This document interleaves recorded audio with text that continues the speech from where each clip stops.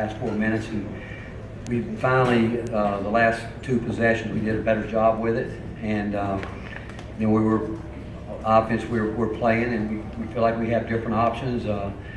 Grant Williams getting fouled, making 2 free throws. Bowden's play, driving to the middle was a big play, and then obviously Lamonte Turner's 3 was a huge shot. But we stayed in it, and were able to get it at the end. Rick, what is it about Lamonte and those big shots? It seems like he so often is the guy with the ball in those moments. Well, he's not afraid to take the shot there, and for a guy that puts as much time in, he should have confidence. And he normally, when he tries too much to force it, when he's not at his best. But when he lets it come to him, in that situation, he's done that. Really, you go back to the Purdue game, he did that from the corner, but.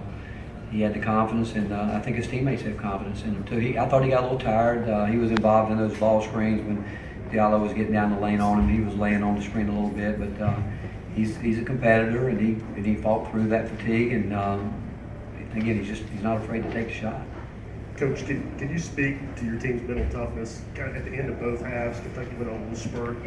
You reeled them in and went ahead at the end of going into halftime. Same thing at the end of the game, and did not be affected by the crowd or the fact that you weren't great offensively tonight. They kept grinding.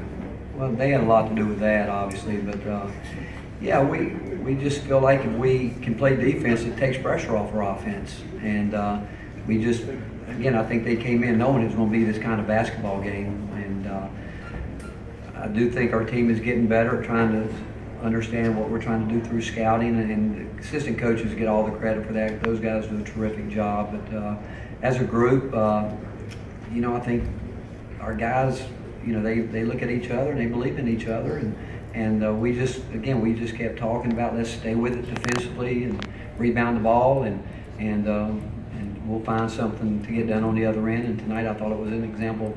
We didn't know where it was going to come from. We didn't, but I think Bowden in the second half had 11 points, and his were big. And I thought a big play was the offensive rebound he got. That was a big one when Tile was tipping around down there, and he came down with it because you could almost feel some momentum building for them. I thought that was a big play, and but we did turn it over.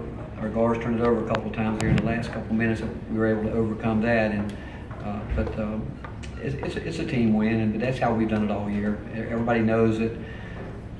Talks about Grant, what he does, but as much as we do play through him, we're not afraid to go the other way and let other guys do some things too. To that point, did you come into this game kind of not focusing on going through Grant as much because of the matchups with Vanderbilt and Washington? We knew they were going to come at him hard. We knew that.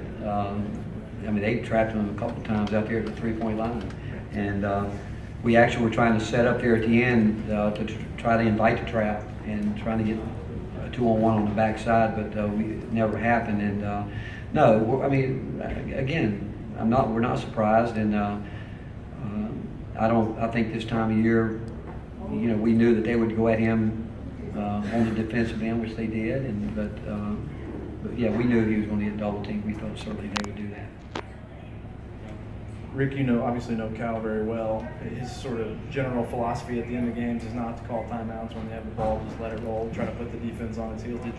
Were you not surprised that he didn't call timeout? Did you think maybe in that scenario, as they were reeling a little bit, he kind of took the blame for this one afterwards for not doing that? Well, again, I think he's got a really young basketball team, and I think that sometimes you're hoping the flow will take care of it, whereas if you call time, I was sitting there looking at my coach was like, when we had the ball there at the end, should we call timeout, should we call timeout?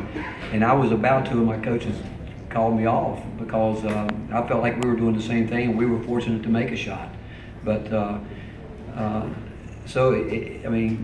he's a great basketball coach, and I'm sure he's taken some of that to take away from his guys, not feeling like they, he's a terrific coach, and but we were concerned about. We knew we were going to foul, and everybody thinks that's a really easy thing to do. I've been in games where there's so many factors when you do it. One will the official call it on the catch, or he's going to call it when the guy's in the act, because they're going to get in the act of shooting, and then you got to deal with the free throw blockout. you know, in that situation, but we'd made up our mind right then and there that we were going to foul when it crossed half court, and we were fortunate to win the second one that we didn't. We were able to get control of it, but again, I understand Cal saying that. I do, but I mean, believe me, he's made a lot more right decisions, and he's made wrong. I can tell you that.